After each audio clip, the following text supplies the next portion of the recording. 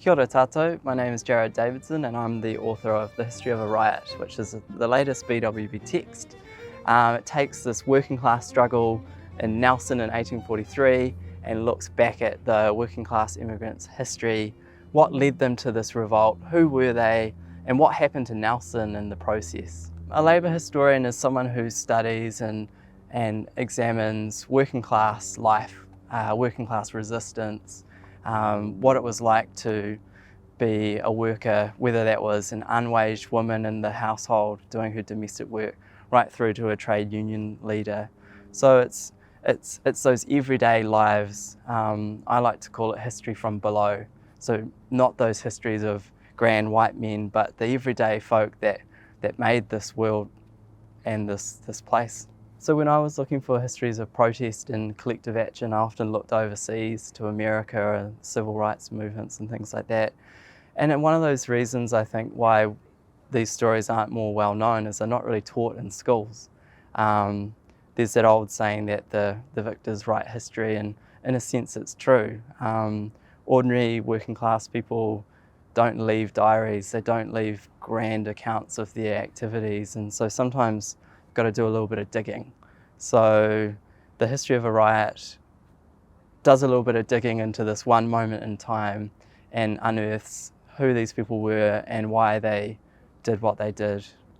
So I'd seen this strike and these riots kind of pop up in history books here and there, just little mentions, but I felt like it needed to be looked at.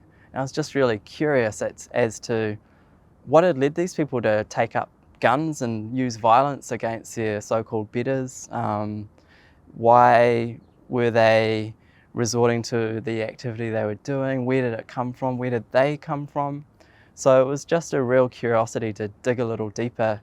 And as I dug and dug, I realized the story actually worked on so many more layers than just what happened. It actually speaks to protest and to history and to class and gender and what stories are remembered and what stories are forgotten. So Nelson in 1843 was a pretty violent place. Immigrants were arriving by the boatload, but there was no work. Money and food was running short. The company had promised them food and employment, and when that didn't happen, the working class immigrants got angry about it, and they used their history of agricultural labour and the gendered work of making shift and mess these all together to fight back against the company. So I think there's this idea that everyone turns up in Aotearoa, New Zealand in the 1840s and becomes these pioneering men and women made good. But actually a lot of these immigrants were working class.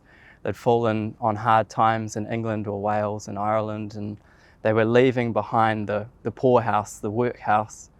And yet in New Zealand and Nelson, when things weren't going well, they found themselves having to revert back to some of the methods and actions and strikes and struggles that they were used to. At this time, it's important to remember there were laws against people getting together in unions.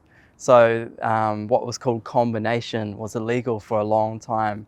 So it wasn't really up until the 1830s, just before these working class people were coming to Nelson, that they were even allowed to think about joining together in a union. So they did draw on things like working in the fields, and rioting and protesting and marching in the streets was a pretty common tactic for working class people of those days. Class is really important in this era, and I think class in a lot of New Zealand history has been kind of simplified into this kind of you're either up there or you're down there, but actually it's a lot more fluid. It's more of a relationship.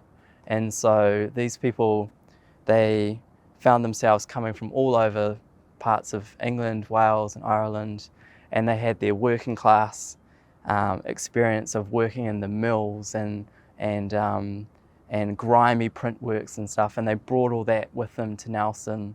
And you don't just forget that stuff. So class played a really big role in how they looked at and grappled with this new situation for them in Nelson. So the plan was that these working class immigrants wouldn't be able to buy or own land for ages. Wakefield wanted this stratified, British type society where workers would answer to their betters. But because of their struggle, because they got up in arms, literally, the company had to ditch that plan and basically dish out land to try and, dampen down their protests. So the actions of the working class immigrants, the gang men and their wives, changed Nelson forever. The history of Nelson's development, the little 5-acre plots that Nelson's known for, came about because these people got together and decided to make a change. The working class immigrants to Nelson under the New Zealand Company were really fighting for security and justice.